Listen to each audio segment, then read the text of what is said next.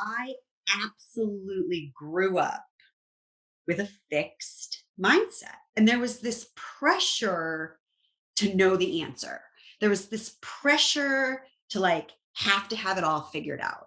And so I really went through so much of my life feeling like I had to have the answer, and like the self-imposed pressure that creates, that there even is like the one perfect answer, right? Like I believed that, and I believed that I had to know what that was and how to have it all figured out. And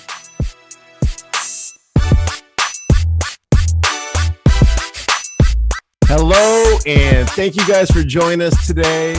I'm your host, Danny McFarland, and I am super excited to introduce a new friend of the show, but a longtime friend of mine, Donna Bond. Welcome. Thank you, Danny. It's so good to be here. Thank you for having me. Oh, I'm truly blessed and honored to have you here. I've been for a long time wanting to get you on. So I'm very, very excited that we're here together today. And I wanted to tell you guys a little bit about Donna. Donna Bond is a soul-centered catalyst for personal transformation.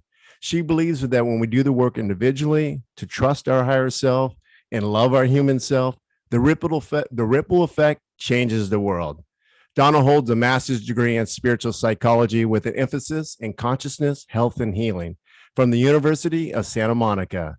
Donna supports clients across the globe to evolve into new heights of meaningful success, personal fulfillment, and spiritual aliveness using the principles and practices of spiritual psychology. Wow, that's amazing, Donna. That sounds pretty good when you read it, Dad. I love it. Like, yeah, I'm like, wow, who's that girl? I'll bet you your introduction every No, I love it. And I'm going to come back to it actually, but there's something in there. I was like, man, that resonates so deeply for me. And I feel like that's going to be the catalyst for a lot of the conversation that we have today. But if you could, I know that I get asked this question a lot. What exactly is spiritual psychology? And I've heard you talk about it, and I'm like, man, Donna says it much better than I do. And I would love for you to share how you sum it up. Yeah, I sum it up by saying it's a technology. And it's a technology that teaches us that everything that's happening in our world, in our life, in our experience is giving us the opportunity to learn and grow and evolve and essentially go to our next level of potential, or our next level of becoming, or, whatever's around the next corner, I like to think. So it's so fluent and fluid, and it's so dynamic, spiritual psychology. And most of us are trapped in physical reality, right? And we are over-identified with things that we can see and touch and feel. And spiritual psychology invites us into seeing all of those same things, but through a different lens, through a lens of our soul, through the lens of our higher self, through the lens of our spirit, through the lens of our original wisdom, as I like to call it. Or most basically, and really most importantly, through the lens of love. And it's like when we look through the lens of love, everything that we see looks completely different because we're essentially seeing things from a different place. And, I think using an analogy of an elevator, like a glass elevator, is always a good one, because when you're at the bottom of that elevator, you're sort of trapped in the four walls of your own life, and you don't have a lot of space down there. Everything kind of looks the same. You know your way around. It's super familiar and super comfortable. And, you've got the lay of the land and you understand the terrain. But when that elevator goes up, to the 100th floor, then all of a sudden, everything that you see is from a completely different perspective. And the things that you thought were these big insurmountable obstacles, these big scary dragons that you might have been up close and personal with when you're trapped in the bottom floor of the elevator. Now you're looking down on them and they seem pretty insignificant and they don't seem as scary. And when you're on that top floor, there's all this space and spaciousness. And you get perspective, right? You get a different perspective, a higher perspective. And I think that's what it's like when we're looking through that lens of spirit. And that's what spiritual psychology invites us into, is to look through a different lens. God, I love that analogy. That is, I hadn't heard that one before, but while I'm hearing you say that, I'm also like visualizing that with each floor you get to, that opens up a new floor of that physical world space, that physical world experience, right? That gets to get explored. Just roll with me here because, things just happen. Yeah, no, I'm seeing. So are you following what I'm saying? So it's like so you had where you were at the ground level, then you get to the first floor, the second floor, third floor, and it's like and you're experiencing this whole new physical world reality as well as we continue to elevate spiritually and heightening our new view. And that's amazing. I love it. Well, and as you're speaking, one of the things that I feel really strongly about is that when we're on a spiritual path or we're experiencing spiritual growth, it's not linear. In our human, logical, left brain, analytical mind, we always want there to be a clear starting point and a clear ending point. And when we're on a spiritual path of growth and evolution, there is no clear starting point and no clear ending point. I think that it happens in a spiral. And even though, that my glass elevator is going straight up the vertical line, right? Or the soul line, like that we like to call it in spiritual psychology, I think our growth actually happens in a spiral. And so as you're talking about those different floors, I'm sort of sensing into the spiral, and every time you go up a little, you go out a little, and then you go up a little bit more and you go out a little bit more. And it's like that spiral of expansion. Totally. And that's what we're doing. We're all expanding. Yeah. Because I think of that spiral thing as well, because sometimes you come across the same challenge, again, and sometimes we can judge it. It's like, oh man, I thought I already moved through that. But if we think of it as that spiral, as we're, and there's sometimes this like line down the side of that struggle or upset or frustration. And sometimes we come back around and we cross it again. But when we really look at it on a grander scale, because in life, I think sometimes the challenge is we look at it as a duality, like a light switch. Am I doing it right or am I doing it wrong? Is it on or is it off? And I think of it more like a dimmer switch or in this case, a lighting switch. And if I look back and go, okay, well, how am I doing it now versus 6 months ago or a year ago or 5 years ago? And then that often allows me to go, oh, wow, yeah, I am responding to that much differently, much better. And then I change my attitude back into gratitude. Right. Mm-hmm. And I love that. So I want to add something real quick is a shout out to the University of Santa Monica and Doctors Ron and Mary Holnick. Yes. And that is how Donna and I met. We not only both went to the school, but we were in the same class. And so we got to know a lot about each other.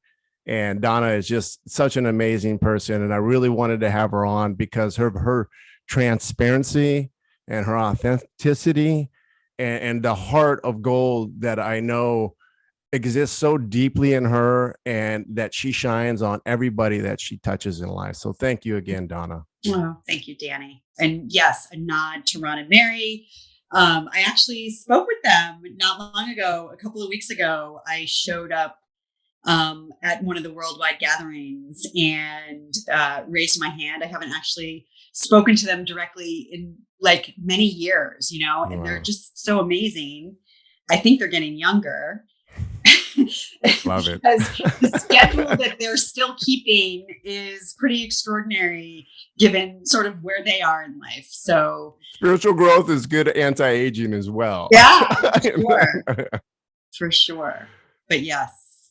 So you came to the University of Santa Monica to study spiritual psychology, but what was the catalyst? Was there a certain struggle or challenge that you went through in life that stimulated this spiritual awakening for you?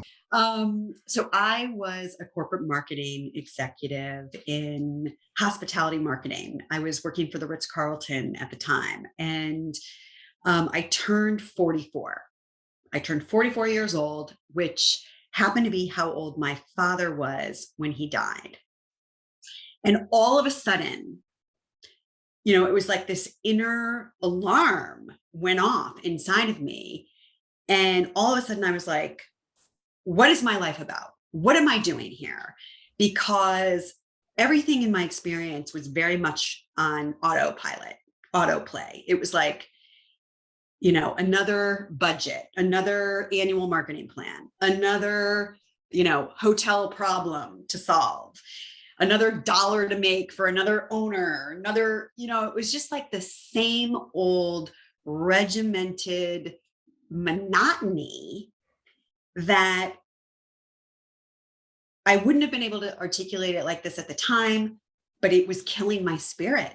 It was killing my spirit because I was in this trap of my own making. I was in this trap of my own life. And I turned 44 and I thought, oh my God, what is my life about? What am I doing? What does it mean? Why are we here? All the big questions. And I went to go see a psychic, which I had done many times. Like I have been a spiritual seeker my whole life, since I was 12 years old. I can tell you about a spiritual experience that I had when I was 5 years old. I've always been really into it, and always have known that there's so much more than we can see or touch or feel. Sounds like connected. I'm also hearing more than just being into it. I wonder if there wasn't a certain sense or awareness of connection that also made you into it, if we want to call it that. Yeah, for sure. Sure. Which is interesting that you bring that forward because I buried that. I definitely stifled that connection in a lot of different ways because I was trying to be somebody I wasn't in the corporate arena, that you were supposed to be. Exactly. I was really, like trying to make it in a man's world, and which is a whole other trajectory of this conversation. But so anyways, I went to a psychic crying to her, like, I've got to find my purpose. And, what is my life about? And this woman says to me, Donna, they're spelling it out for me. Spiritual psychology. And I said, what in the hell is spiritual psychology? And she didn't answer my question, but she said, there's 3 universities that teach a program in spiritual psychology. And she said, one of them is called the Sophia Institute. One of them is called the Center for Integral Studies. And she never gave me the name of the third one. So I went home and I consulted the real oracle. I Googled it. And in about 5 minutes, I found my way to the University of Santa Monica. And I began having conversations with an admissions counselor. I don't know if you know Veronica Allweiss. Yes. But so she was my admissions counselor, and God bless her, Danny. God bless her, right? So here I am. How many questions did you have? A corporate executive, very trapped in physical world reality, like very left brain, very logic driven. Everything's got to make sense. Everything's got to add up. This poor woman, I mean, I must have asked her hundreds. I actually still have some of the emails, which are quite hilarious, because I'm trying to wrap my head around how am I going to get a master's degree while I'm working 65, 70 hours a week, in this hotel career. Wow. And honestly, do you know what she said to me? Like, after so many phone calls, after so many emails, after so many questions, she finally said, Donna, listen, why don't you just come for one weekend and try it out and see what happens? One weekend, my whole life, like my whole everything was totally transformed, turned upside down because of one weekend. And, we don't often talk about this, and I've actually never talked about this to anybody before, but the fact, and I don't even know if they still do it, I hope that they do, but the fact that the University of Santa Monica let people pay like every month to go to that program, because I went for like 5 years. I've lost track of how many years you went, but I went to like every damn program that there was, right? So the fact that I could pay them every month when I was going did a couple different things. Like, one, I was always sort of renewing my commitment. You know what I mean? Like, I'm all in on this. And I was all in last month, and I'm still all in, and I'm going to be all in next month. But the fact that I always had that getaway car, right? Like, there's that back door that like I could escape to if I needed to. That made all the difference for me. It really did. Because if I had to plunk down, 15 grand Oh yeah. for the year one, I wouldn't have done it. So check this out. You're making me realize right now, well, you know what Ron and Mary were doing, right? They were doing the very technique, one of the many that they taught us about doing experiments. Oh, right. Taught us. It was like, well, just let's not commit, because our ego is so resistant to making like, whoa, I gotta change it all and forever. I'm gonna have to do it this new way. Like no. Yeah. Let's just try it on. I always joke around and say, like, pretend like you got it at Costco or Nordstrom's. Right. Like, you can take it back and return it. You can always take it back. Like, you might like the top, you want to take the pants back, whatever, right? But I really wouldn't surprise you one bit that they understand that resistance that we have, that our ego has, and to create an environment to where you can just say, hey, try it on for one weekend. Try it on. You don't like it? And it makes it easier for us. So, I mean, I think that's really important. I'm glad we talked about this. I think that's so important for our viewers to understand a big part of this.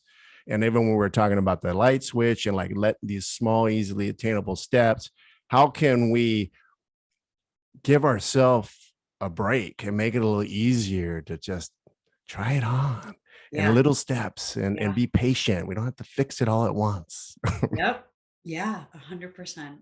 And so that one weekend, needless to say, changed everything for me. I actually came running home from that first weekend. And like, let's give your audience some perspective on this. This was in 2013, right? This was October of 2013. That was a long time ago, Danny. It was a long time ago, but I went running home trying to convince my husband, like, babe, you got to do this with me because we're going to be connected to these people for the rest of our lives. I knew it.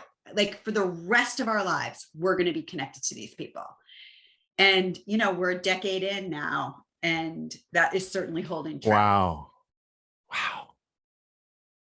A decade. Right? A decade. Wow. Yes. Oh my, what a true blessing. You're reminding me a little bit of like how I had gotten there and some resistance that came up for me. And that's what I love about having you on today, because there's so many similarities and then so many contrasts from like an external view of like what gets us there, what it's about, the whole journey. And that's why I'm really excited about this conversation of like sharing the different perspectives that really at the root were the same and got us to the same results.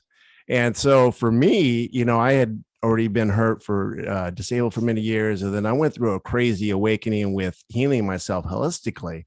And And that took me on a whole new journey of wanting to help people that way.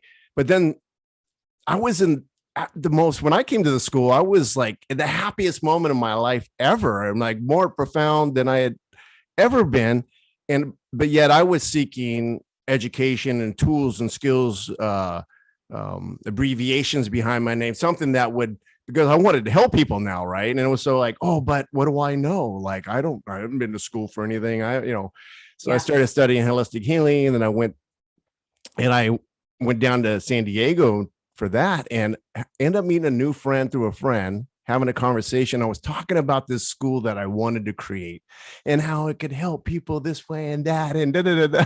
And they're like, hey, I just heard of a school like that my friends have been going to, and he hadn't even gone yet. He ends up going after us, but he recommends like, hey, check out this University of Santa Monica. And I had already driven to San Diego to visit. And so I called them and I said, hey, I'm driving back to Sacramento tomorrow. You mind if I stop by and check it out? And as soon as I walked in the room, I have the chills right now. Right? Because that energy is just like beyond any questions and concerns. Like, and I have heard you talk about like I'm forgetting how to say it, but basically we have these different intelligences in us, right? Emotional intelligence, physical intelligence. And there's this part of us that knows that we often don't acknowledge. Will you talk about that a little bit? Yeah. I love the way you talk about it. But before I do that, and I'm going to actually attribute that to my coach, Robert Holden, because he was the one who created the 4 intelligences. And I'll talk about that in a minute, but I have to just comment on what you're sharing right now, because it's like we forget parts of our journey until somebody reflects it to us. I also had an experience where I was talking to somebody who was like, hey, I just heard about this school. I think I was talking to one of my friends about it, and he was like, oh my God, I think like my friends just graduated from there. And I was like, wait, what are you saying to me right now? It's the same guy. Any sense. Okay. Right. I know, but it's so weird. And what I'm thinking about as you're sharing this, and as I'm remembering my own story, is how spirit is at work here. And just like you're saying, there is this line of energy. And what I think is so cool is that we're all working on behalf of that energy, right? That's right. Everybody, all of our people, all of our classmates, all of our friends, everyone comes from that lineage, right? It's a lineage. It's a lineage of loving. It's a lineage of energy. And it's alive.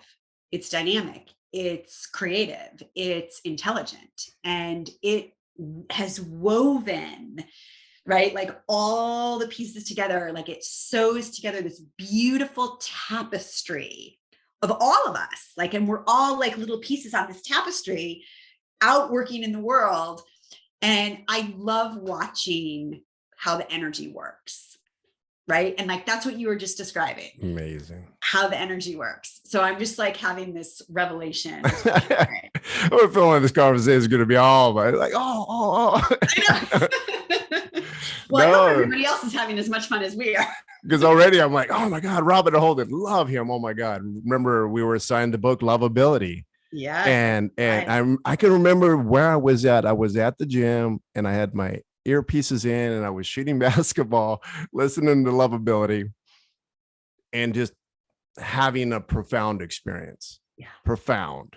Yeah. And I huge shout out to Robert Holden too and the work he does, because he is amazing. Yeah. So he's my coach. And I adore the man. He's amazing.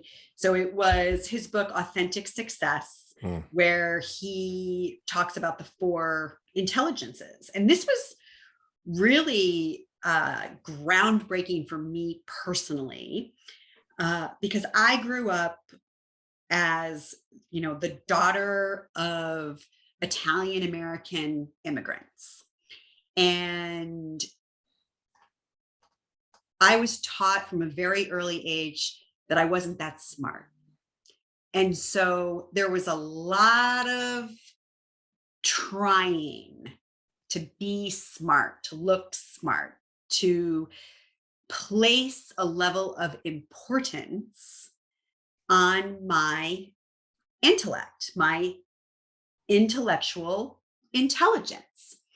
And so there was most of my life that I honestly believed that was the only intelligence that we had, right? That was the only intelligence that we had. You were either smart or you were dumb. I was taught that I was dumb, so I was always trying to look smart.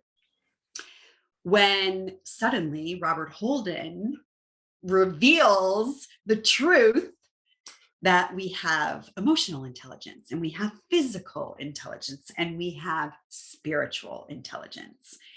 And so once I began to really understand all of these different levels of intelligence and these different levels of our multidimensionality, I was like, well, hey, I'm cooking with gas because I got a little bit of that, a little bit of this. And like, oh, wow, I can give my damn intellect a break, can't I? I can just let it be over there in the corner.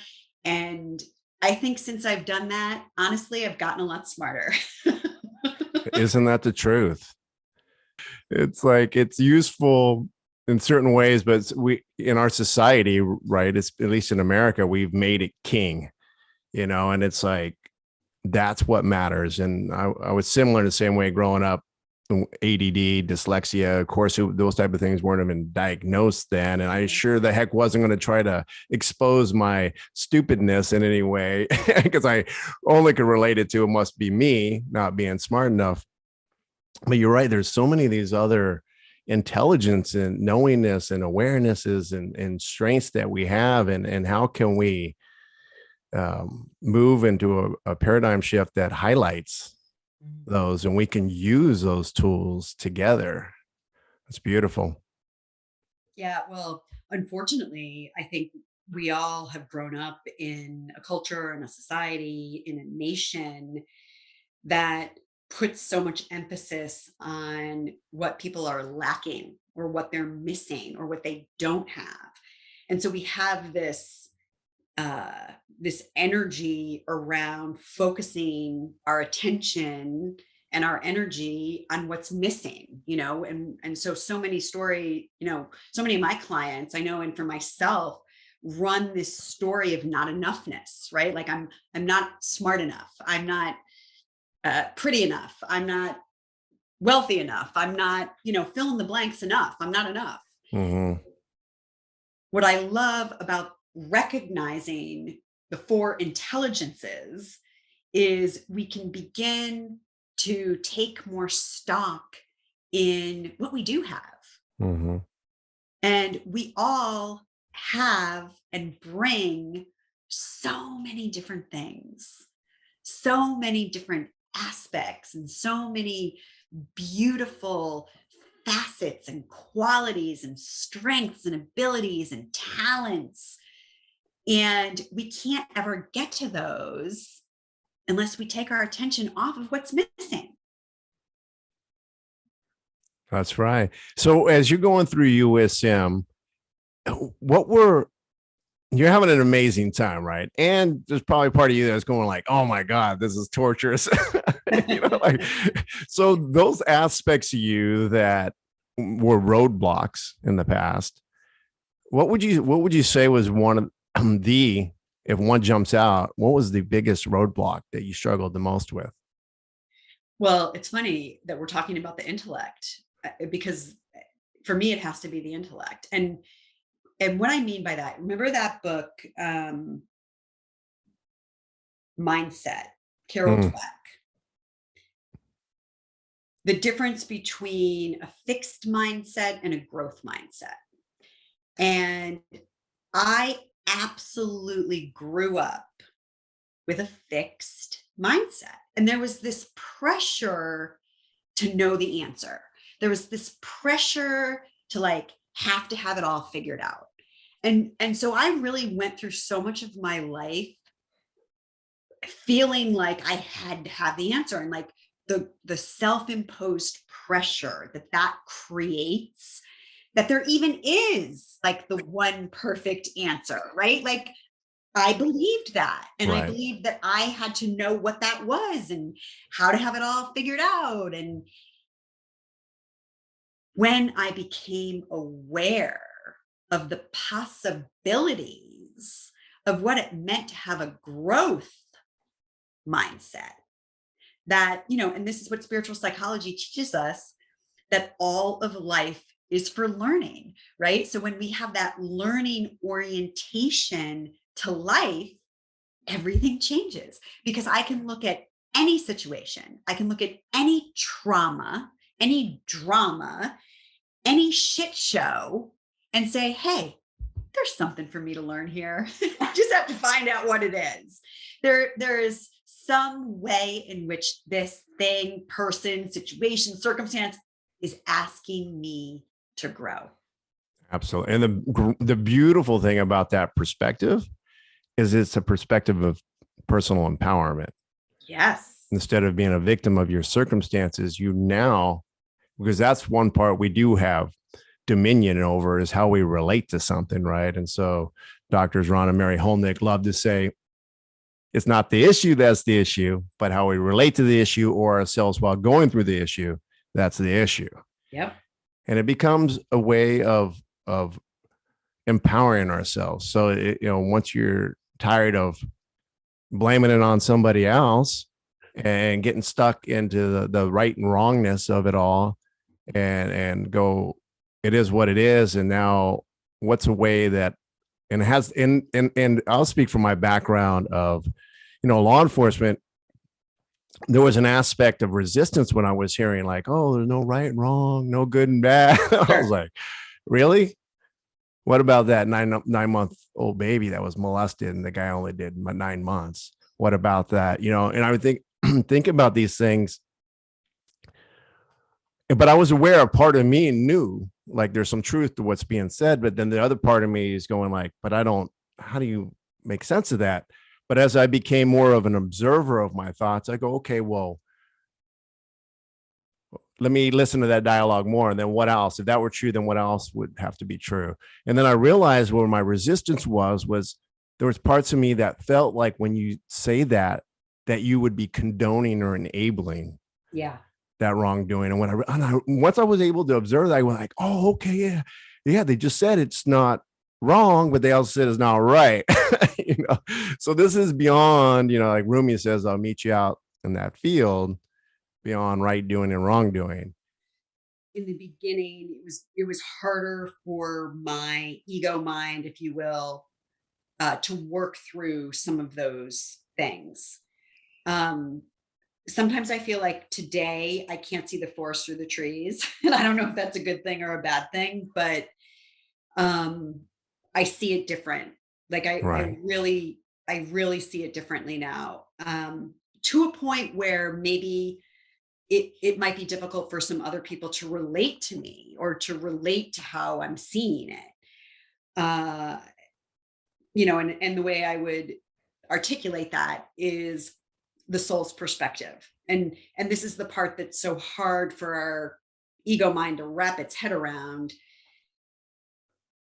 My view is that the soul is here for the experience, and that we come for it all. Mm-hmm. Period. We come for it all. The good, the bad, the ugly.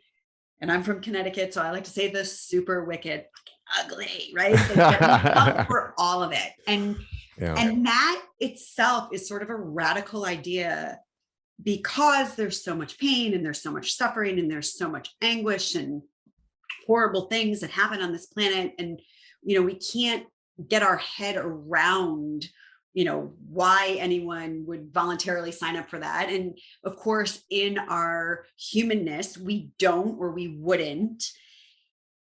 But, go really high up with me on the elevator right now. It's like, if we're just in the spirit world, we're just ether, we're just energy. There's nothing to experience there. right? Well, I say that, but I don't really know for sure.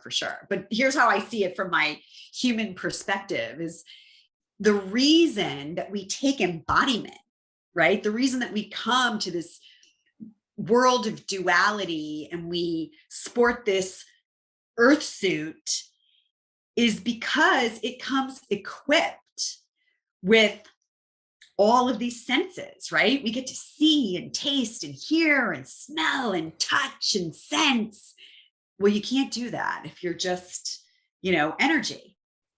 So, I mean, this might sound a little crazy, what I'm about to say to you next, but it's like, oh, you know what? I'm going to kill you in this life. And then we're going to come back in the next life and you can kill me. No, what it's all about, like, I mean, I know it sounds totally crazy, but there's part of me who like really believes that that's how it works. Right. Because there's a certain awareness to where, I mean, it's all energy. It just transforms.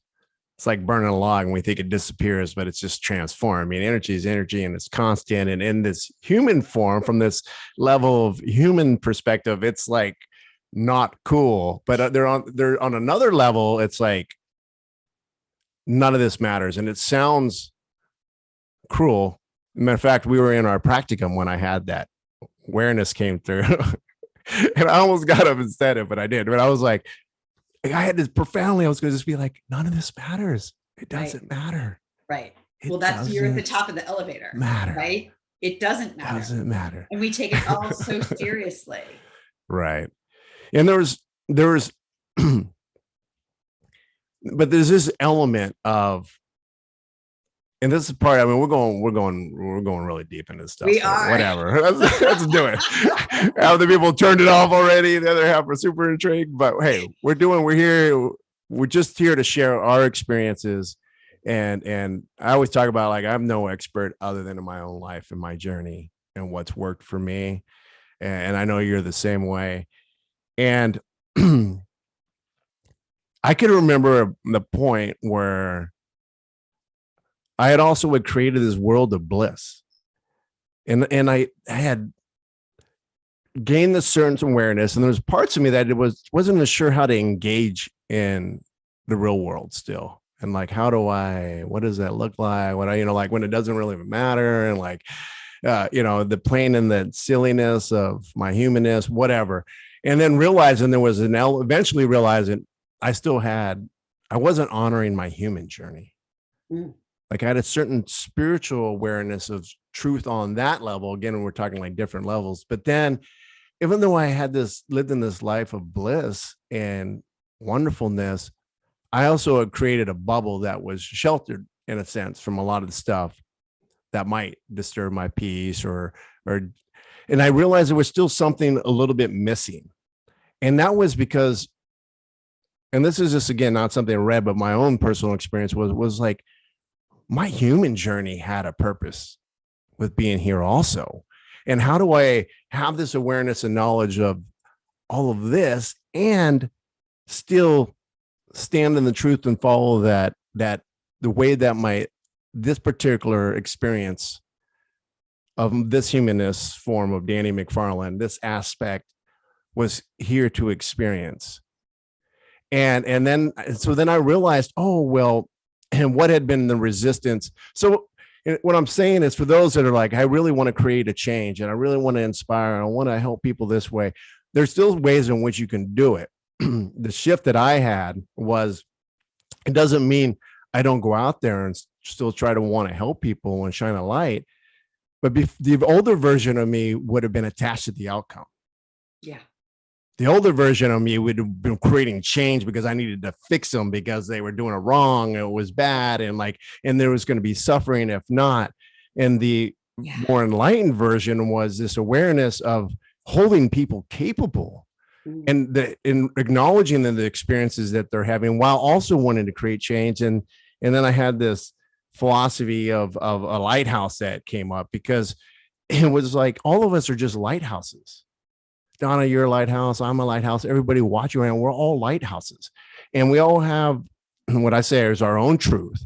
And part of the journey is like following that truth. And so for me, for a while I was living in this, oh, well, I'll just be in my little bubble. I was in my lighthouse, but I wasn't turning my light on. So those ships that were, or maybe were seeking my harbor, were just going by. And so there wasn't fulfilling that human aspect. But then I realized, no, see, the older version of me that became a cop and then wanted to start helping people holistically after I healed myself was very attached to fixing or making things different or better. But I realized, so when things didn't shift or change, then that would create frustration or upset, which is a lot of what we're seeing in the world today and up till now. And, but the difference now is, okay, we're turning our light on for those that are seeking that. And I'm not attached to a ship that goes by or pulls into a different harbor. And so I don't know if that makes sense to you. It totally I think does. okay. Yeah, it totally does.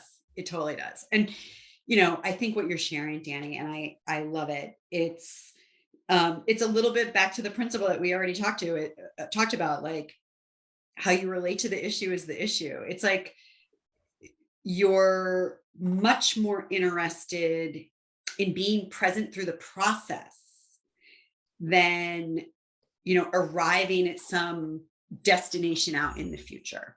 And when we can be present in the process, there is this honoring that takes place of the whole journey. And the honoring of that whole journey is the honoring of our humanness, right? And the trek that we make through the difficulties of our life as a human being on planet Earth, during this epic time of the world, right? In the history of the world. We're here like at a really kind of incredible tipping point.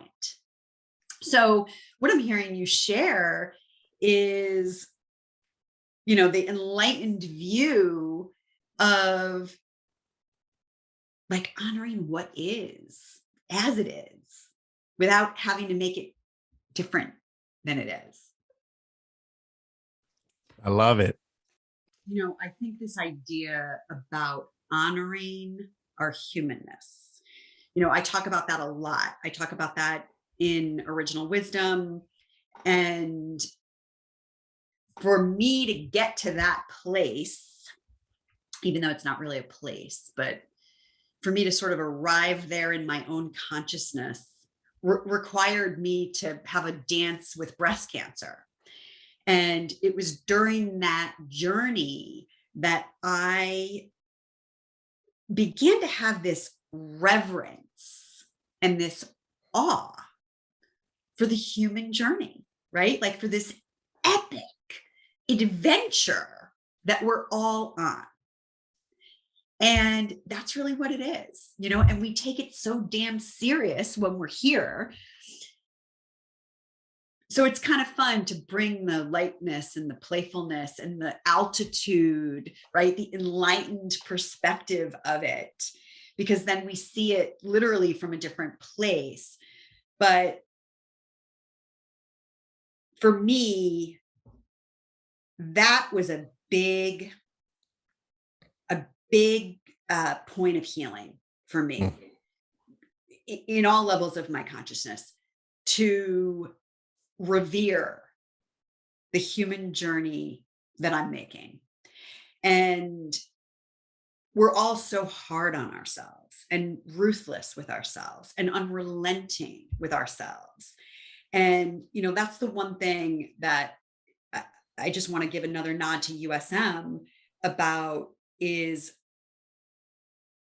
the teachings of being gentle with ourselves, the teachings of bringing in that deep acceptance and compassion and understanding and tenderness for our human experience, and the permission that I can now give myself to do that when that was not in my upbringing. I mean, it just wasn't.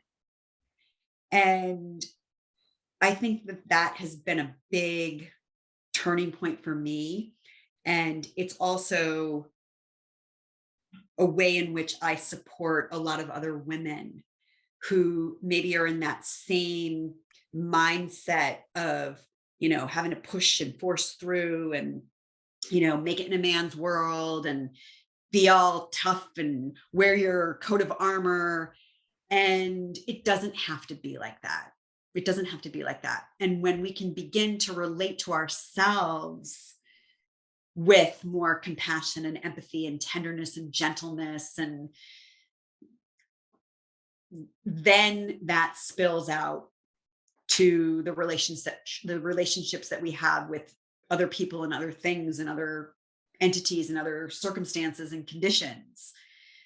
But being able to hold the human journey with reverence and awe and honor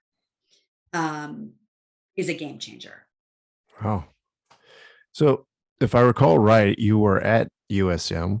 We were at school when you became aware of the breast cancer, right? And can you tell our viewers about how you initially it was brought to your attention? Yeah. So I had a prophetic dream. I had a dream that I had a fish hook all the way through my left breast. And in this dream, I was looking at myself in a mirror, which is really interesting, metaphorically.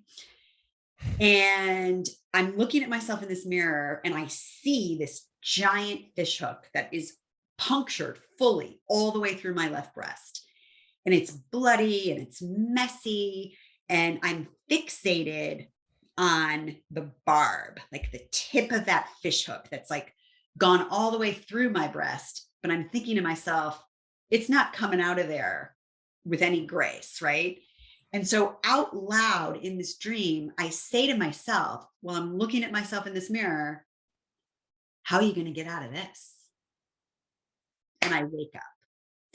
And I wake up out of this dream. And my first thought was, oh my God, a couple of months ago, I noticed this, like, it felt like a piece of sand, like a little pebble of sand I noticed like on my breast. Danny, in one brain cell, out the other, like didn't give it a second thought at the time, literally. But my first thought after this dream was, ooh, is that still there? And sure enough, it was. And I didn't mess around. From that minute, I like got out of bed and made an appointment. And one appointment led to another appointment and another and another and another. And 5 days before my 47th birthday, I was being given a diagnosis of triple negative breast cancer, which is a very aggressive breast cancer. There's 26 different types of breast cancer. I know people don't realize that, No. So there's not one. No, 26. Yeah, 26 Wow. different types. And there's multiple treatment plans for every single type. So it's a journey to navigate for sure. And there was no history of breast cancer in my family. I didn't know what I didn't know about breast cancer. There was, no frame of reference at all, no context. And I was sort of going down this conveyor belt, and I use that word very intentionally. And this surgeon that I was with, and the radiologist, and the oncologist, they were all like, well, we're going to do this, we're going to do that. You're going to have 7 weeks of whole breast radiation and it'll be fine. And I was like, well, it is what it is. This happened to be towards the end of our second year at USM. And my second year project, which is kind of like our thesis, was I was giving a talk, my very first talk, in front of 50 people. I was designing and delivering this talk on how our thoughts create our reality. Because the universe has a sense of humor, you know what I mean? Absolutely. Well, even though I had to like go in and have this surgery, and my husband, of course, like wanted me to get it done right away, and the surgeon wanted me to get it done right away, I was like, well, we got to wait because I got to give this talk. And I set the date out in the future. I don't know, maybe like about a month, because I was going to give this talk first and then I would go deal with this surgery. Well, over the course of that month, I kept winding up in conversations where people were talking about getting a second opinion. Now, it had nothing to do with me. Like, most people didn't even really know I was going through this, other than the 180 people that were in our class. But like in my work life, and like I wasn't really Right. talking about this, But by the time I wound up in the third conversation, like where people were talking about getting a second opinion, I was like, got it. Okay. So I called the plastic surgeon who did my breast augmentation, which I had had prior to this breast cancer diagnosis. And he gave me a recommendation of another uh, cancer surgeon. Whew, it was life changing that I wound up with Dr. Lisa Guerra, with BreastLink, which is um, an organization in Newport Beach, California. They're amazing. They have like hundreds of volunteers that really help people move through their experience, especially people who are newly diagnosed. I actually am a volunteer for them as well. An angel, they're called. So we just support people who are learning that they have this new diagnosis and sort of what to expect. And you share your own personal experience with them. And so it's really incredible and rewarding. When I talked to Lisa Guerra, she shared with me that there was a new technology called interoperative radiation therapy. And she thought that I might qualify for it. And then she told me the device that they use to administer this interoperative radiation therapy is shaped like a fish hook. Oh my God. What are the chances of What? that? Pretty good with So, spirit. yeah, I mean, it comes full circle, right? So I'm Wow. crying, my husband's crying, like, and I ended up obviously working with her. The other group of doctors that I was with, I just dropped them like a hot potato. And when we met with Dr. Lisa Guerra, that's why I know there's 26 different types of breast cancer, because that woman took, and I'm not making this up, more than 2 hours where she sat knee to knee with Paul and I Hmm. and explained to us everything that we could possibly need to know about breast cancer, about all the different pathways that a woman can move through a journey like this, all of the different possibilities, all of the rabbit holes. So we were so well informed and so well cared for in her loving embrace, is really what I would say. So it turned out to be a very important part of my life, uh, because it was really learning to love myself and honor myself, like I was saying, and to honor my own fallibility, my own uh, limitations of being human. Wow. So what were some of the things that you needed to let go of? What came forward that you needed to release to honor and to love yourself more? Mm. um, right and wrong. like the falling on a sword for the idea even that there is right or wrong, that there is a place in the middle, Rumi's field, as we would talk about it. Were you judging yourself? What would be some of the inner dialogue if there's a moment you can think back to where you were being Yeah, really well, hard on yourself? I mean, to say that I had a relentless inner critic is really an understatement. The messages of the not enoughness, the not good enoughness, that I can never get it right. Um, I was wicked to myself. I was cruel. I was mean. I was um, the judger, the worst judger of. I was horrible to myself. I was horrible to myself. I was cruel and unforgiving. Um, I couldn't do anything well in my own mind. Um, yeah, What did that validate for you? That part of you that was beating you up, what was the story? How was it? It never feels like it's serving us, but I know you know what I mean when I say there's yeah, in some way that pattern and program is there to protect us in some funky, weird way. yeah. Um,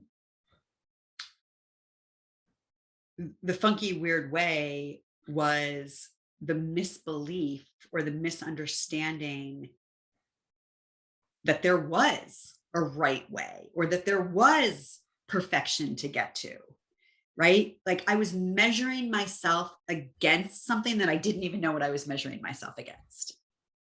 And that's what we do. Mm-hmm. I work with all of these amazing women and they look right past their own magnificence. Mm-hmm. And that's what we're trained to do, unfortunately. Going back to what I was saying before about all of this hyper focus that we have on what's missing, this hyper focus we have on what's lacking, what we Right. don't have. And, we got to make you better. We got to fix you. We got to solve the problem instead of, well, let's look at what is here. Mm-hmm. Where did you feel like that came from for you, that programming? Well, which parent do we want to blame it on? No. Danny, you remember the Enneagram, No, right? When we absolutely. were in CHH. I And love it. one of the most profound books that I've read over the last few years, which was not a USM book, I believe, was Mark Woolen. It Didn't Start With You. And he has all of the scientific evidence and proof that a lot of these patterns actually get passed to us through our DNA. And that was like, what? So, my grandmother's grandmother's grandmother, who might have experienced a trauma in her life, however many hundreds of years ago, like those cells then get passed forward to the next generation and the next generation and the next generation. And, I think this is how we have a lot of the, systemic racism problems Mm-hmm. that we have. Like this stuff is in our DNA. Yeah. And it's not easy to confront it, to love it, and to heal it so that we can be conscious enough to not pass it on to the next generation. That's right. And, I work with a lot of young women, like late 20s, early 30s. And I am just in awe of these young women who are consciously making the choice today, right? Like I didn't start waking up till I was 44, as we've I already hear you. covered. You know what I mean? But like these young girls that are already like, I'm not passing this along to my kids. I'm going to heal this right here, right now. Yeah, And I think that's pretty phenomenal. And I also am incredibly encouraged that I know that we've hit the tipping point on this. definitely. We have absolutely hit the tipping Definitely. point. And yeah, there's still a lot of yucky shit on this planet that's still coming up for healing. Hmm. And there are so many more people who are equipped to heal it, learn from it, and make a different choice going forward that is going to change the trajectory that has been in the past. Absolutely. And again, kind of going back to what we were talking about with the light switch, the dimmer, the reverse of the dimmer switch. It's like if we were to look back in our history of 50 years, 100 years, 200 years, like there's like we can do in our own self. Like it's right. The outside world's a reflection in reality. So I've often found like if I'm being very judgmental or very perfectionist with others, how's that a reflection of how I'm that way with my own self? And there's a way we can focus on what we're lacking in the world, or we can look at like all the amazing progress. And what you're talking about right now is just a beautiful, wonderful example. And even when we look into our parents and their parents, it's not that far back for us, at least, where people were literally living in a survival mentality. So the more you're in a survival space, the more you need that programming in order to protect you. So of course, being really hard to make sure you don't do it wrong, so you don't get killed or you don't, whatever it is to survive. And that's the fortunateness of the progression that we've made. And even with technology in a way, we're creating more of a space now to where you and I can have a conversation like this. And the younger generations can be more conscious and aware of it and already do the work. And I'm sure they have their own version of something else because some of that same perfectionism pattern may be telling them, I got to fix this because, it's not, good enough or whatever. So there's always this dance that each one of us is doing, right, with our own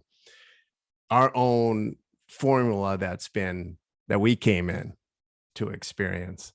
So you brought up perfectionism, and there's elements of that I definitely struggle with. But when you were talking about this with your own challenge, it made me wonder if you had this experience with some. It may be like I always need to be right. I had more a fear of being wrong. Yeah. And what that would mean. Yes. I mean, that's very much what it was for me as well. Yeah. The fear of being wrong. Definitely. Right. And so while you were being really hard at yourself, going through became aware of the cancer, you're doing the work with it. And it provided, to me, it sounds like an opportunity to, even at a deeper level now, work with the forgiveness and the grace and the gentleness with yourself and to just be really present and loving with yourself. And you mentioned that lovingness and honoring. What were some of the ways that you incorporated that or shifted that? The powerful tool that we have at the University of Santa Monica, compassionate self-forgiveness. And I was practicing compassionate self-forgiveness, and out of my mouth, I said, I forgive myself for judging myself as not loving myself. And it was like, wait, what just happened? Like, what did I just say? What? But you know how it is when you're doing that. You're in like, there's this truth that's happening that's beyond you. It's beyond your logical mind because there's practicing compassionate self-forgiveness is a spiritual experience. people can do it from their heads, but if they're willing to do it from their hearts, then we open to spirit's guidance and spirit's loving and spirit's healing power. And that is definitely what was happening for me. And so that was a revelation. Like, that was a revelation right there, that I didn't love myself. And that invited a deep reflection about how I was with myself, who I was with myself, how I was with myself, and that's when I really began to see through the patterns of what was sort of on autopilot. These were ways that were default. These were my default patterns. And once I started to bring more consciousness and awareness and attention to what was on default, then I was present enough to make another choice. And that's what I did. 3-foot toss by 3-foot toss, step by step by step. And, even today, and I really, consider myself having a level of mastery over my own process now. Like, if I'm upset about something, the gig is up. Like, there's no point in trying to blame whatever it is, because I know damn well that that's not what the problem is. I've got to go be with me. I have to go sit with myself. I've got to get out my own mirror, and I got to look in it, and I have to be really honest about, what's going on. And, sometimes I still want to be mad at myself. And it's just such an ego pattern that I still, like, my little girl, she's got her heels dug in. She's got her hands in her hips, man. She's pissed, right? And sometimes she just wants to be pissed. So sometimes that's the opportunity, is to let her be pissed. If you're 100%, right, 100%. So, but now I can let her be pissed without judging her. I'm like, right. Go. Doesn't mean anything. Get it doesn't mean out. you're not doing your work. Doesn't mean exactly. And that's one of the challenges that at least I experienced a lot was in myself and in the world of spirituality, spiritual growth, personal growth. Is as our consciousness rises, so does our ego gets a little smarter. and I experience in the world is a lot in meaning the best, but a lot of what I call playing the same game, but with a new set of rules, which is judging still. Like, now this is spirituality looks like this, it sounds like this, it dresses like this, and like, whoa, hold on a second. No. But then there's the opportunity, like when I was going through that was the opportunity of, okay, and they're human and they're on their journey, and we're all like, don't let my own judgments of that come in, and yeah, which was just a reflection of how I was with myself. And then I had literally what you were just saying. I was like, Spirit, why are you guiding me into this now? Like, and that was acting. And it was the furthest thing from what I wanted to do. And I had ideas of like how I was going to help change the world and impact, and really amazing stuff I'd already started doing. It was like, no, need you to do this. First, it was like, no, I need you to leave space, which is like, this is going to be a lot of, you've been on this crazy journey too. It was like, nope, leave space. But for what? Nope, just leave space. I'm like, yeah, but what? Like, I'm ready to do, like, like, nope. And then it's just trusting and taking that step. And then it reveals itself, and not the whole story, but the next step. Not the whole story. And then it's like, but getting back to why I had brought that up was I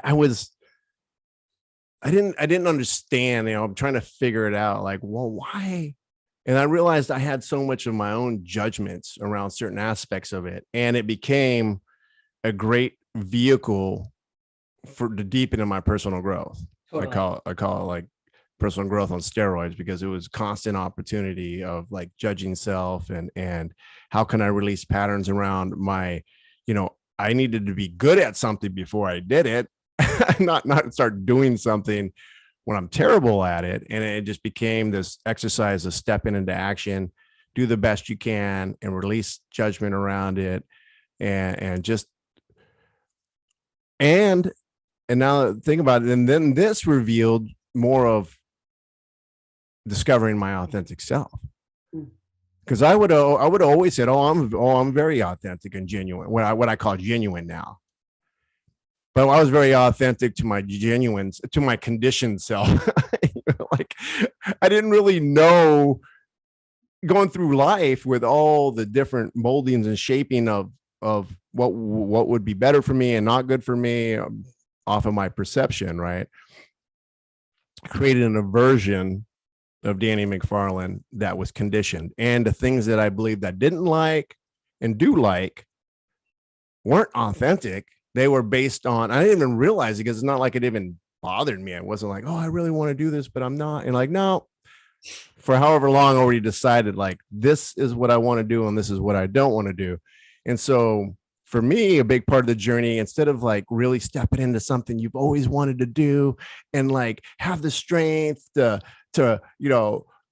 write that book or do whatever you always want to do, it was like, no, I want you to do that's the furthest thing from what you want to do, because I want to know if you really are surrendering, if you're really going to trust me.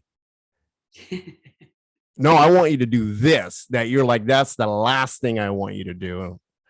And can you just surrender and trust and surrender? Because you said, and obviously this is a journey, right, of layers of moving to the space of being able to like dive. I didn't just dive into the deep end. It was, you take the steps down to the pool and work your way over to the deep end.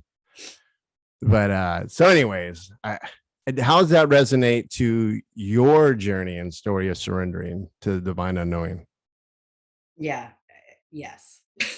Yes to all of it. It's like I see the spiral again, and how we were talking about like those sticky spots, right? It's like, oh, I thought I did this already. I thought I healed this already. But I call it judging the judging. Right. And like, there's nothing more brutal than judging the judging.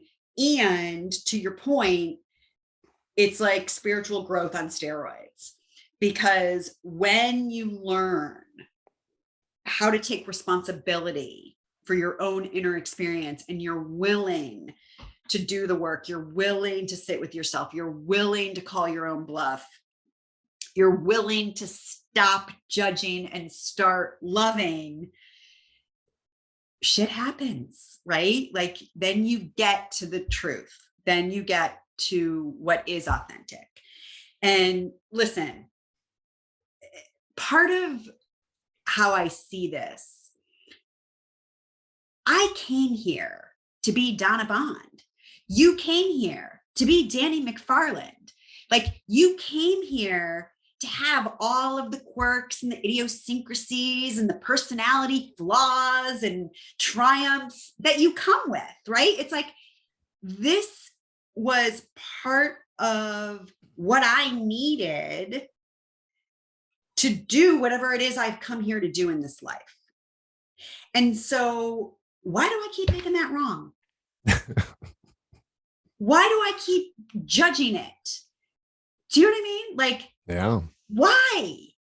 So I think at the end of the day, we can talk about so many different things and so many different paths and avenues and processes and aspects. And at the end of the day, it comes down to acceptance. Mm-hmm. It just comes down to acceptance. And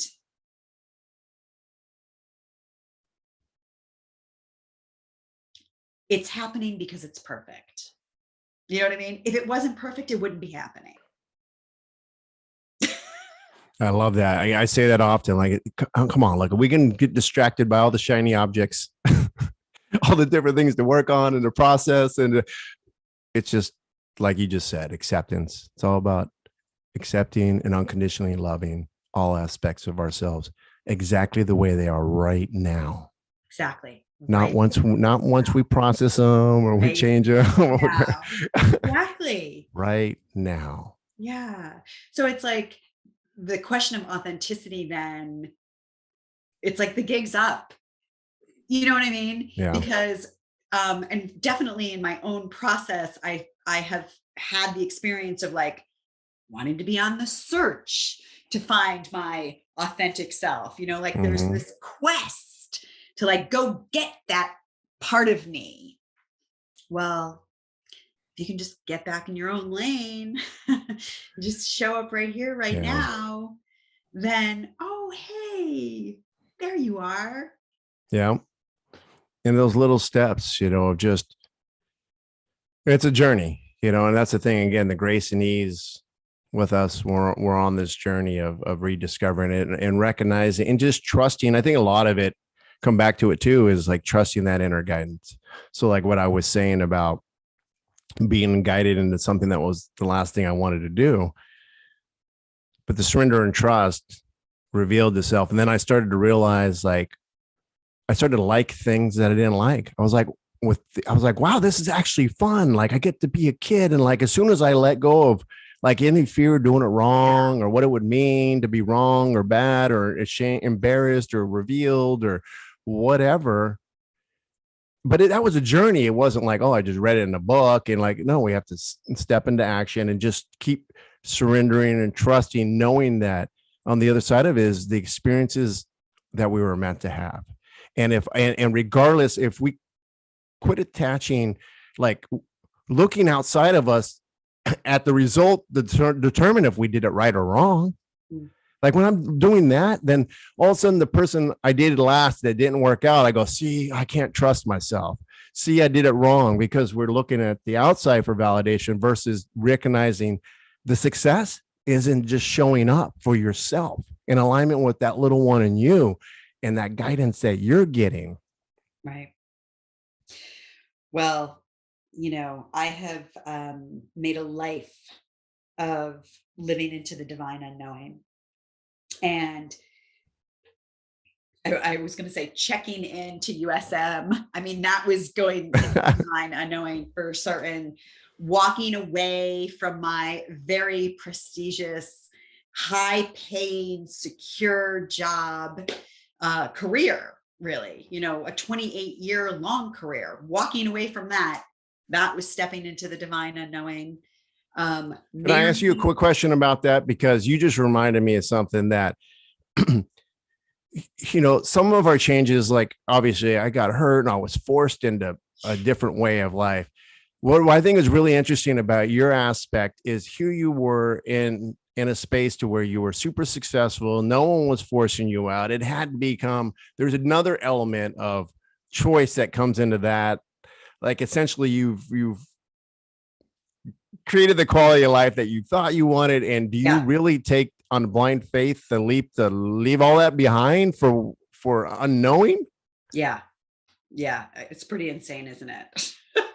So share that a little bit about to do it again. Good. I love it. It becomes exciting. It does become exciting. And I actually see it that way now. I see it more as exciting than terrifying. Danny, the truth is that even though that looked all pretty and shiny and perfect on the surface, I was dying inside. My light was going out. I was dying. And it's funny, I don't know, there was something that you had said that reminded me about my first year at USM, blaming it on somebody else. All I did was bitch about my boss for the entire first year of USM. All I did was finger point and blame and bitch about how someone else was making my life miserable. And when I stepped down from my role with the Ritz-Carlton, that was really me taking my power back to say, enough is enough, right? Like I keep going to this place and doing this thing that is like an inversion inside my person, but I'm the one who gets up every day and keeps going there, right? So it was like, I'm doing it. No one else is doing it. What part are you playing in the whole thing, right? Exactly. So that was really me, like the reclamation of my sovereignty was stepping down from that role. And I mean, yeah, it was scary as shit. I didn't know where my next paycheck was coming from. And there certainly wasn't, I didn't know I was going to be a coach then. Like, and you might not remember, but when I stepped down, I hung out a shingle as a marketing consultant, so that I could still generate some income. And we were actually in CHH at the time. And so the whole year that I was in CHH, I was like working as a consultant. I worked like 3 days a week, and I got to spend all this time on my spiritual practice and my studies at school, which was amazing. And how I became a coach was a trick that the universe played on me, which is a whole other story. But, and funny, Dr. Robert Holden was just saying to me that I should be teaching about alignment, because that's what you need really to make these choices to step into the divine unknowing. And, hot off the press, I've not spoken publicly anywhere about this yet before this very moment. Here it is at 12 o'clock on the 20th of May already. Paul and I are leaving Southern California permanently, and we are relocating to Costa Rica. And, Danny, there is nothing that I can put on the list of logic around this at all. Like, there's nothing logical about this. And I have recently spent a lot of time in Costa Rica for, a whole other slew of reasons that, are not relevant. And last time I was there, which was March and April of this past year, I kept getting these really powerful waves of knowingness, like that I am to come here. I am to be here. Like, this is next on my journey, which doesn't really make a whole lot of sense, right? Like, I just published a book. It probably makes sense for me to have contact with, the world of Southern California, where it's much easier for me to sort of be seen and be out there and show up in places. But no, I'm going to the jungle. I'm going to the rainforest. And what I know my mission is to embody more of my soul, period. End of discussion. Like, that's what I came here to do. And as I do that, it's my honor and privilege to share my experiences with whoever wants to listen. But that's really what it's about for me, right? Like, it's how can I embody even more of my essence, my spirit, my original wisdom, and how can I live from that place? And for whatever reason, this is Spirit's plan, right? Is that I'm going to do the next leg of this in a foreign country where I don't speak the language, where, it's pretty effing hot. I'm a middle-aged woman. Let's be like, what? It's kind of crazy. So it's kind of insane. This is something that I don't think we mentioned, but that was coming forward for me earlier, that circled back around, was how when we're coming from this attitude of like needing to get it right, the perfectionism patterns and worrying about doing it wrong, we don't usually subtly recognize is that's also coming in. Like, if that were true, what else would have to be true? And what else would have to be true is, well, if I have to get it right this time, it means I won't get another chance to get it. right? I want to have another chance to do it, which then also means I'm coming from a scarcity mentality, a lack mentality. And is that what I'm wanting to, on a conscious level, embrace in my life? And so when I become aware of that, then I start to go like, oh, okay. Because I love it. You're talking about your book, these different things that logical, rational, but then it's like, whoa, but what's also attached to that? Like that this is what needs, this is supposed to be how it works. And you're, what I hear you saying is going like, yes, and yes, all that's true. And I'm being guided to do this. And you're stepping into that, and you're having that trust regardless of the outcome, because you're knowing that trusting your inner guidance and trusting self is the most important thing with staying. And you brought up alignment, which was, I love that. So we're going to dive into that, because that's a huge thing, a word for me that I love working with as well. And what you were just talking about your work reminded me of a question. We got a question from a viewer, Matthew. Ooh. Yes. Hi, Matthew. And Matthew had recently left a corporate type world where he was continuing to get promoted, seemed amazing, making more money, absolutely hating it, and has made the decision to leave that and step into this divine unknowing. And his question was around, what would help me with discerning between my inner guidance and, let's just call it, the conditioned self. Like he's on the path, but then also recognizing things are coming in and getting him kind of scrambled sometimes. And he's wondering what could support him in discerning. Yeah, I love this question. So I want to invite Matthew to tune in physically to the sensations that your body receives as you mentally align yourself with different pieces of information. Like, so for example, if you're thinking about leaving your job, when you think about leaving your job and you tune in to the sensations that you're experiencing in your physical body, do you have a sensation of expansion, or do you have a sensation of contraction? So then it's like, okay, well, if I stay with my job, do I have the sensation of expansion, or do I have the sensation of contraction? And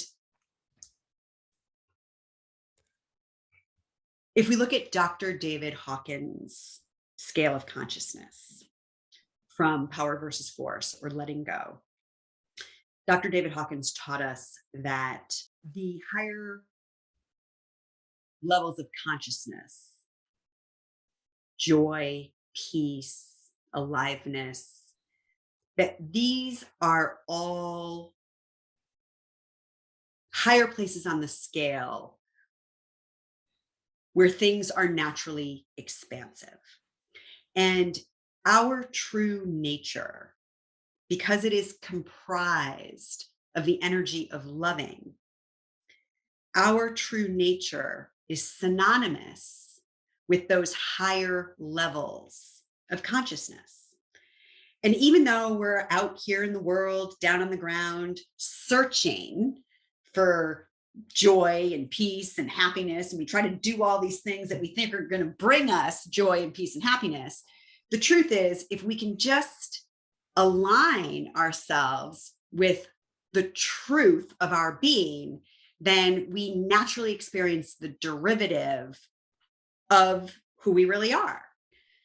The derivative of that love is joy and peace and aliveness, which is a sensation of expansion.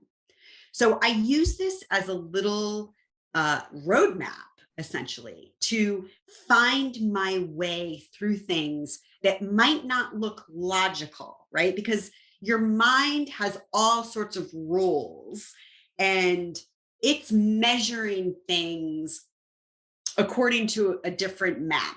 Right. But we want to get on the map of your soul. We want to get on the map of your higher self. And so when you can align with what your soul interprets as expansive, then you kind of know that you're headed in the right direction. That is amazing. Does that, Oh, does it's that amazing. translate? Okay. Yes, 1000%. And people were just eating it up right now. They're like, oh, because that's it's so important to connect to those sensations and bring them all in. And when you're in that space, and that it helps you to identify that and anchor it in when they become in the future. And also it's making me think of one of the things that really supported me of becoming more of an observer of those thoughts. I think I heard one time where it was like, we're the ones in the theater watching the movie. We're not the movie. And so it's like, we're still in it. Right. And you're still very enthralled into the movie, but there's also part of me that knows like, I'm not the movie. Yeah. And so I think of that with all the dialogue that runs through our heads. And I'm reflecting back onto Michael Singer's amazing book, Untethered Soul.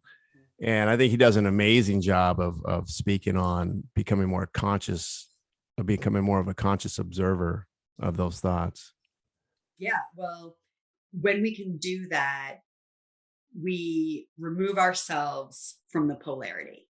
We remove ourselves from the duality. And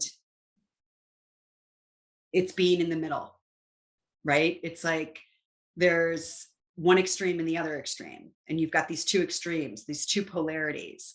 But when we're the observer, we collapse time, we come fully present, we're in the middle.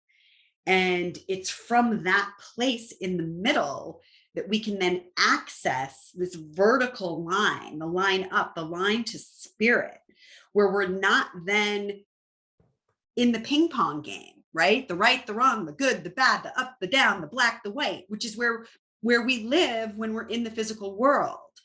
So when we become the observer, all of that collapses into right now, right here. And it's from this place that we actually have access to everything that we need, to everything that we need to know, to the one mind, to universal consciousness, because it all happens right here, right now.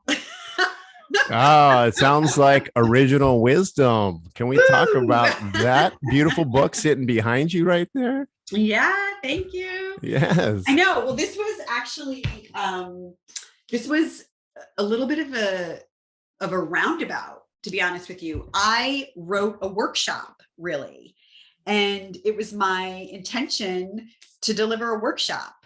And I was like, oh, I need a teaching story for that point. And I need a teaching story for that point. And so before I knew it, Danny, I was like, oh shit, I think I just wrote a book. Yeah. And literally that's what happened. So this came out just a little over a year ago, in March of 2021, Original Wisdom, Harness the Power of the Authentic You. And, you know, this is my whole story about leaving corporate America, resigning my position, finding my way into being a spiritual coach and a practitioner and a lifelong student of spiritual psychology. And resident of Costa Rica. And whatever's going to happen next, which, who knows what that's going to be? Who knows? It does get exciting, man. When I realized at one point, some people do their work because they want it to stop, but they don't realize it's like, no, that's what we're here for. But once we change how we relate to it, then it doesn't have to, that perceived suffering doesn't have to be as bad. And then we start to enjoy. I mean, it's so exciting to me. I have an engineer kind of mind. So starting to see how it all is designed and comes together. It's like, wow. Yeah. I mean, it's incredible. So in regards to trusting self, in regards to getting into alignment, is there any tools or I believe you had something called 3 Invitations? Yeah. Thank you so much for remembering. You can just go to donnabond.com, and right on my homepage, there's a new mini class that I just published not long ago on 3 invitations into a deeper level of self-trust. And so there's like a couple of hacks in there, some things that you can do right away. But yeah, I invite your viewers to go check that out. And, if you want to grab a copy of Original Wisdom, it's on Amazon and, all of your booksellers. If you want an autographed copy from me, you can order it on donnabond.com. And thank you so much for having me today. Oh my God. So great. Are you kidding me? It's been such an absolute pleasure. This is such a big part of what I've wanting to do with this channel, and just really bring on people that are heartfelt, that I trust, and I know that they are genuinely doing the work to shine more light and bring more love into the world. So I thank you for the work that you're doing and continue to doing. And I do want to real quick also shout out, I know you're in the middle of a master class, right? However, I'm sure you're going to have more coming up in the future, and people will be listening to this for years to come. So talk a little bit about your master class as well. Yeah, it's called Empower the Authentic You. And it's about self-reclamation. It's about the process of finding yourself and taking back your power and cultivating empowerment from a place inside of you rather than from things that are outside of you, because the things that are outside of us are fleeting. They're not going to last forever. Even though we might validate ourselves through what somebody else said, that's going to last about 5 minutes. So this is about retracting yourself from really the old rules that physical world reality operates by. And it's really about understanding universal law and how to work your life in alignment with universal law. And what does that even mean? And what are those laws? And that's what we get into in Empower the Authentic You. But the end result is really this sovereignty. It's this place of owning who you are. I love it. Guys, go check that out. donnabond.com. Go check her out. Reach out to her. If you have any questions, just shoot her an email. I'm sure she'll get back to you right away. We loved having you on, Donna Baum. And please hit the like button and subscribe so you get notified when new videos come out. We love you guys. Have a fabulous day.